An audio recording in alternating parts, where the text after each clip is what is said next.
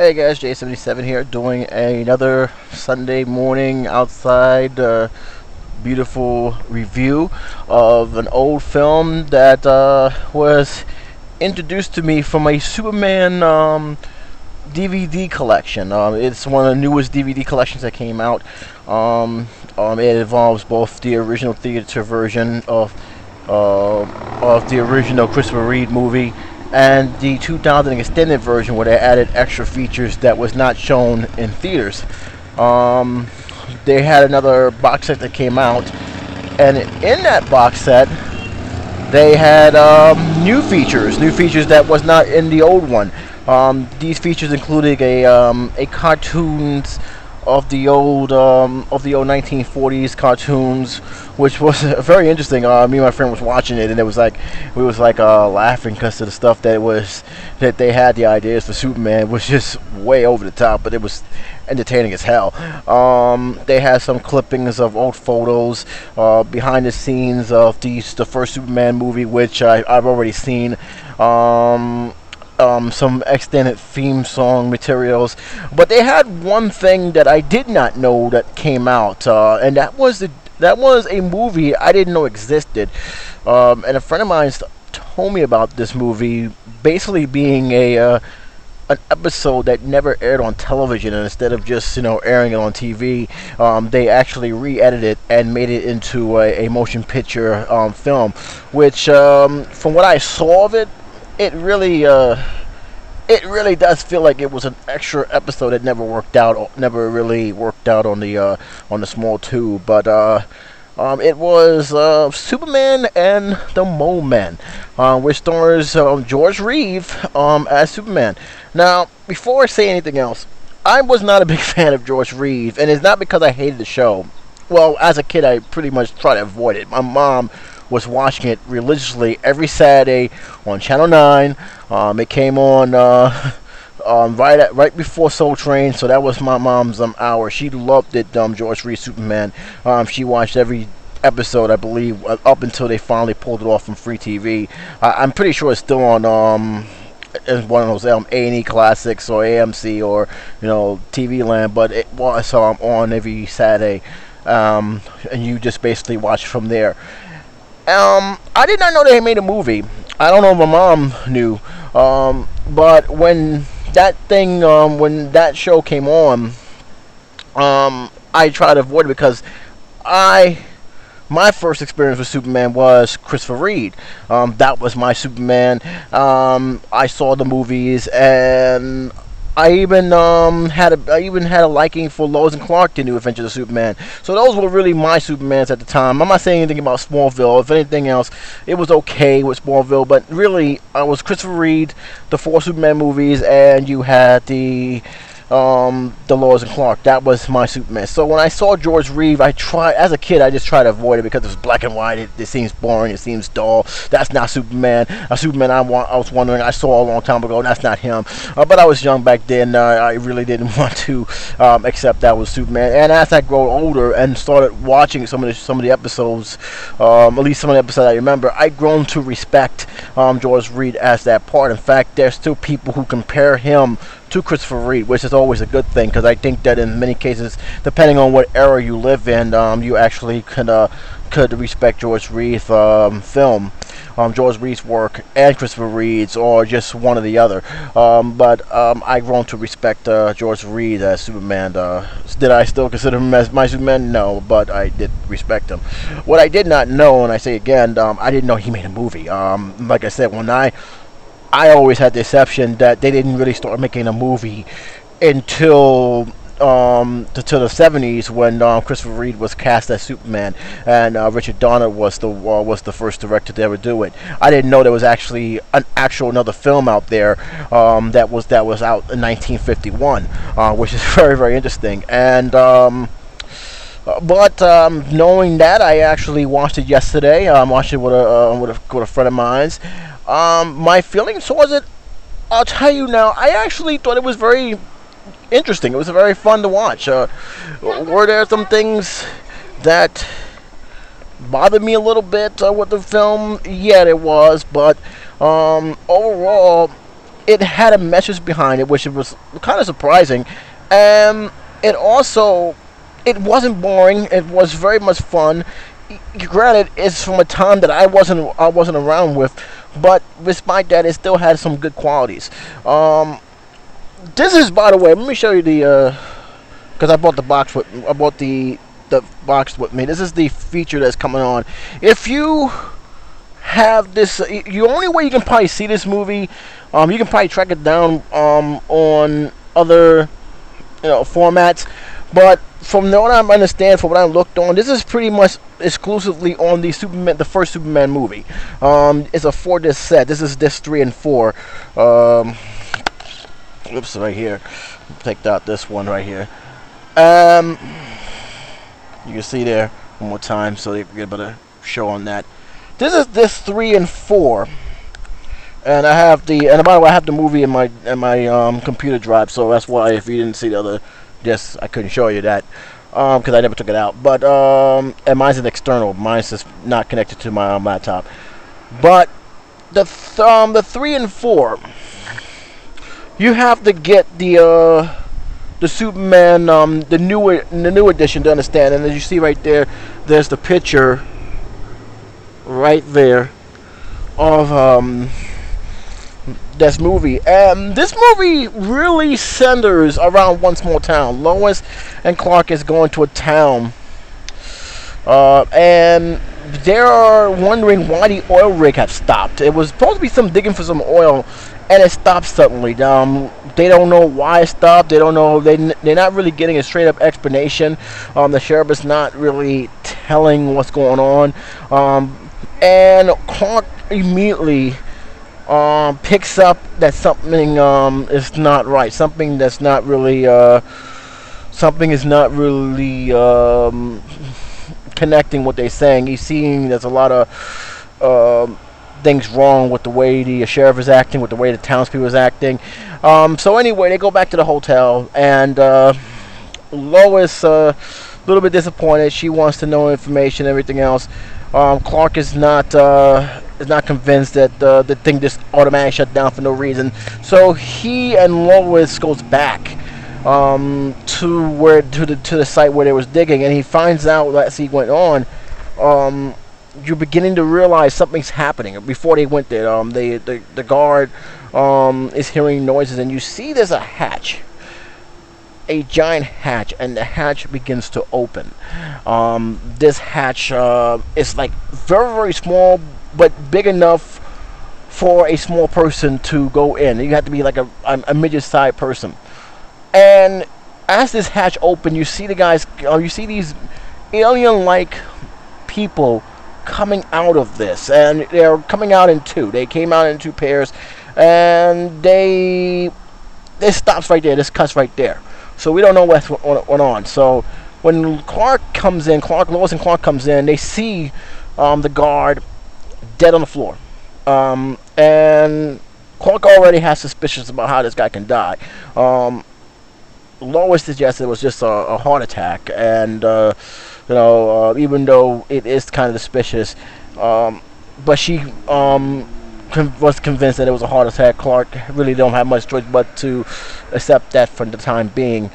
And just when he went out, the species poked their head and looked at Lois. Lois saw them. She screams. Clark comes in, and so we begin to realize there's something more to that. So she explains what happened and everything else. They removed the bodies on the body. The doctors did, and they was heading towards the morgue when he spotted these weird-like creatures. Before all that happened, Clark realized that the sheriff who was there was keeping something from both him and Lois, and that was they found this uranium-like substance that glow. They don't know if it's radioactive, they don't know if it's dangerous, but they do know it glows, and that was one of the main thing that he didn't want to talk about. He explains that they found some organism that is alive, showed us through the microscope. Clark don't know what that is. Nobody has a clue, but they do know that it's alive, and it does concern the sheriff, and it pretty much explains why he did not want them there, or at least not get the information, because they were afraid that he may go global, and that can cause even more of a serious scare or an incident around that area than what it really needs to be. But in any case, this opened up a whole new thing, because now we know that it may be possible that these people coming from the ground may be radioactive, and that pretty much backed up their scare when they realized that some of the stuff that they was touching, when they turned off the light, they saw it and it glue. It glue very, very brightly, so that even raised more alarm levels. Well, these speeches are out there. They're being seen by a couple people, which they're panicking, as you can plainly see. And they came across this house, nice middle class house, and they came across with a girl playing ball. And the scene cuts out. You don't know what's going on. And this is the thing, because they never really give you a feeling that these aliens were actually just, or whatever they were, because they came from the Earth, were evil. But you do know that they did have a very powerful radioactive wave to them, because when it was coming out, some plants started dying. They started leaving some growing residue as they kept moving along, and they came across this girl. And the first thing you ask yourself, what are they gonna do? What are they gonna do? Because you really don't want them to hurt the child, but they ended up didn't hurt the child. That was the whole strange part. They was actually playing. They was actually playing with the girl. They was throwing the ball back and forth, and that's when you realize that they're not dangerous. They're just curious. They don't have the same language, and they're just curious of this new world that you have, which really much made me understand. So, oh, now I get it. That they're not that bad. It just they never have been in the surgery before. Well, of course, the mother screams, which startles the girl. They didn't really show much what's happening, but the mother screamed, and you had these mob of people, which was being formed by this absolute idiot, who is immediately thirsty for blood. He wants these people killed, and he ended up going on a big campaign to try to hang them, string them up, kill them. Because they're different, they're not considered human in their eyes, and anything that's not human is obviously a monster back in those times. But that scream prompted the mob. The mob ended up chasing these two unknown creatures. I don't know what they never really call them, Momen, if you want to call it, because that's what the name of the title is. But they end up chasing these Momen to a dam. They actually get shot. One of them actually gets shot. I thought he was dead. Flies.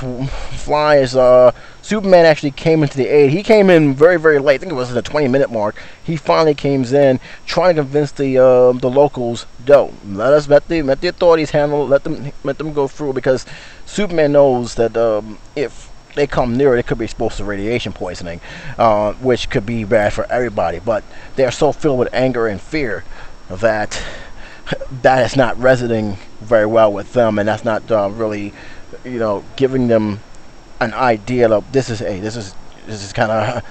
bad. Let's just hold on. No, they want blood, and they want blood now.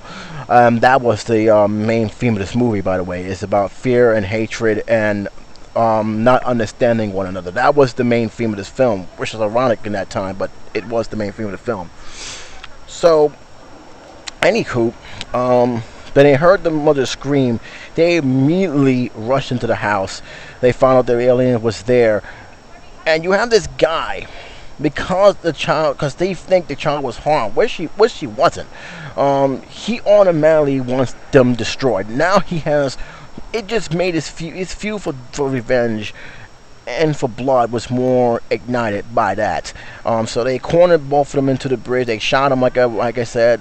Superman actually saved one of them, sent him to the hospital, but that left the other one pretty much vulnerable, because they went chasing this guy. They chased this Mo guy throughout the whole entire length of 15 minutes. I am not kidding. This was the longest chase scene I think I've seen since James Bond, For Your Eyes Only.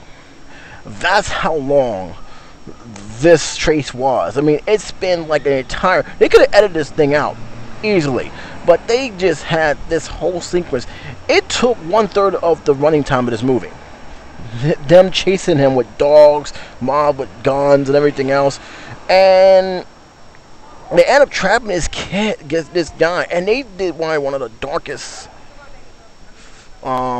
scenes in this movie where they burn, because they trapped them in some kind of a cottage, and they burned the cottage down. And I'm not talking about burn; it was burning. I mean, this thing was literally on fire, and I'm like, how is this thing not burning him from the inside? It's beyond me. But he managed to escape through one of the Platte Woods, and he actually crawled out, and came underneath went back to the earth.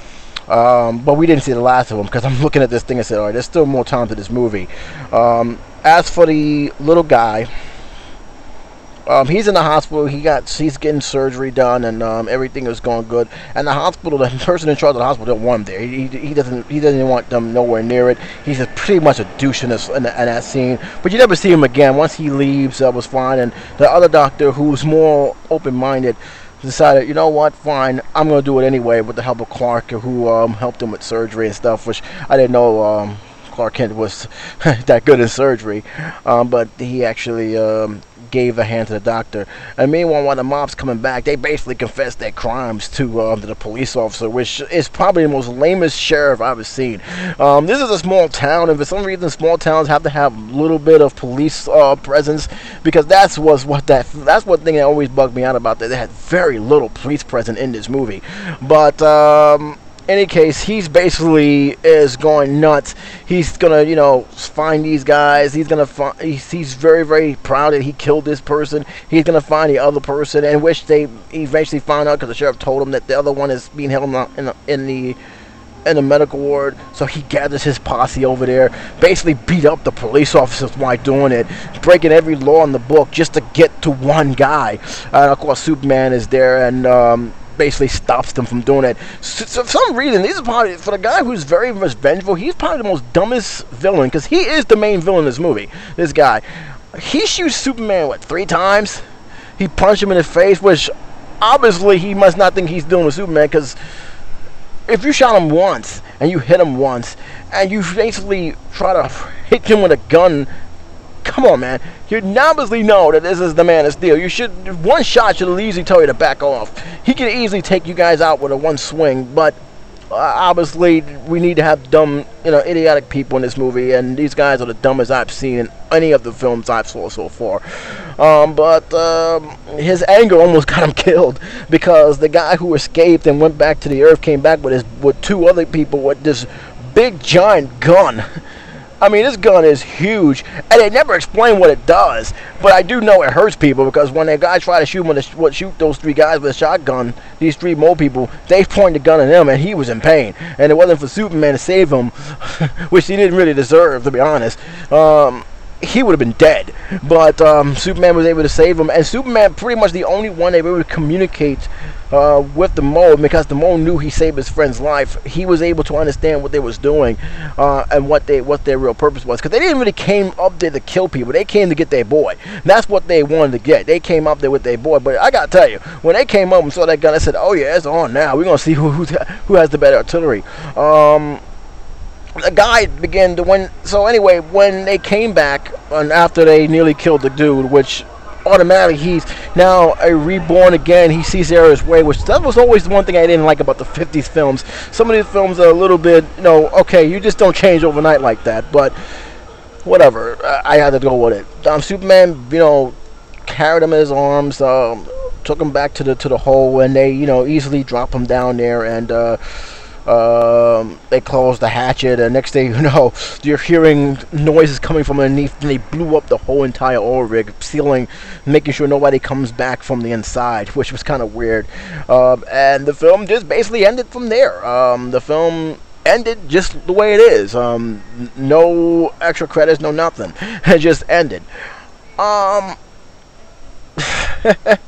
With the exception of that running scene, which took forever. I mean, they could have edited that thing out, man. That was an unnecessary running scene. If you guys get the special, the newest edition on Superman on DVD, and you see this movie, you understand where I'm coming from. I mean, that was the only problem I really had with this movie. That, and the fact is that although I liked George Reed playing Clark Kent in this movie, because he was very good. I mean, George Reeves is a very good actor. I actually liked him in this movie. the Superman, he wasn't really. There was nothing really special about him. He didn't use any of his powers in this movie. I know he has them because I've seen some of the episodes that he had. I can live with him not showing him flying because obviously they didn't have the technology to, make him fly like they did with Christopher Reeves. So I give that a problem. But, other than the fact that he kept shooting the guy, which makes no sense whatsoever. You shot him once, you should have realized you can't hurt him with bullets. He really didn't do much in this movie other than just controlling the crowd. I mean, he didn't really do anything, and that's largely because there was no real threat. There was really no enemies in this movie he was really fighting other than that idiot who basically led the mob into a frenzy. That was the only true enemy in this whole film, and that was because he was scared. He was very, very hateful towards people he didn't understand, and he was using every other excuse in the book to try and get rid of them. Other than that, I mean, Superman really had nothing much to do than just basically be the police officer of that small town. And that was a little bit of a problem. I was a little disappointed in how they did this. And you can easily tell, again, like my friend told me, you can easily tell they took this from a couple episodes and they just re-edited it into a motion picture. Because the timing of this movie was about an hour and 10 minutes tops. And I guess that's the only reason why they kept the running scene as long as they did, because if they cut it that anymore, this would not be a feature-length film. This was a very, very short film. Another thing is, Lois Lane was okay. Phyllis, I can't get her last name for the life of me, but Phyllis was very, very good as Lois Lane. I thought she was okay. Overall, the storyline was very, very interesting. I actually liked the storyline. The storyline had a very good principle about it. It dealt with, fear, and it dealt with race, and it dealt with not understanding one another. That's basically what it was, and how much anger can a person can blind their judgment. Because obviously, this guy's judgment was horrible. Superman's trying to tell me, look, if you shoot this guy from the freaking dam, and if he lands there, you can contaminate the whole entire water. And they shot him anyway because they are so afraid, they're so scared, they're reacting clearly on emotions and not common damn sense. Which, surprisingly, that's as realistic as you can probably get in any society right now. Yeah, again, that was the one thing I find very interesting about, because it did really, it really does a good job showing that, even though it was not basically on race, but basically on species, because the Mole Man, they really never got into the origin of the Mole Man. We just know they was there, and that was pretty much it. They never really dove too far into it. I wish I was a little disappointed, because I really wanted to know how they was able to survive in the center of the earth. I really did wanted to know. But this is the 1950s, and they wasn't really much into explaining, but more of doing. At least some of the stuff I've seen from that era. The casting, okay, it was good. The scenery, it was okay. I can live with the Superman being out of Metropolis for a change. I don't mind that. I thought it was pretty good. I think it set up the film quite nicely. The music, I gotta tell you, the music in this movie made the movie more suspenseful than what it really supposed to be. I mean, there were scenes that, even though I'm like, damn, man, this is taking long. This is taking longer than I thought. The music makes you get that feeling that, oh my God, that death is coming any moment. And there are really no real true death scenes other than the old man, and it really turns out he did die from a heart attack, but that's because he probably was scared to death. He saw, somebody, saw these two Mole Men looking at them, and he pretty much died from the shock of it, and that's pretty much the only death in the film. But the Mole Men are not enemies of this movie. They're really not. And like I said, and what else? I think I find it very interesting. The dialogue was interesting. The dialogue really had that a very strong dialogue. Normally 1950 films like based on comics don't normally have a strong dialogue, but this one pretty did. I actually thought it was actually interesting. They actually really talk very, very well. The problem with this film, again, I thought George Reed as Superman, in terms of this movie, he really didn't have much to do. It was more Clark Kent anything, and then George Reed. Lois Lane, the same thing. She didn't really do anything but other than, put down Clark as being a coward, which I kind of find it funny. And the ending, that's pretty much it. But like I said, I think that's largely because this was not really meant to be a movie, but meant to be a TV episode, and they just, redid it to make it as a TV series. That's pretty much it. But yeah, I think that's pretty much all I got to say about it. I think this, out of all of them, I definitely liked it. I think you guys will like it too. I think if you give it a shot, I think you guys will pretty much appraise it more than I have. But for me, as a nostalgia, I'm giving it 3 stars. It's a very good. It's not boring. It's definitely fun to watch. Is it definitely reached its peak where people may not care for it? Maybe, but I think that those who was diehard Superman fan will find this very, very entertaining. I really do. So that's pretty much it. All I got to say about it. Other than the fact that the ending and the fact they had a lot of scenes that could have been edited out, I think this is good and I think this is fun. I would say look for it on YouTube, but I think that it's going to be very, very difficult.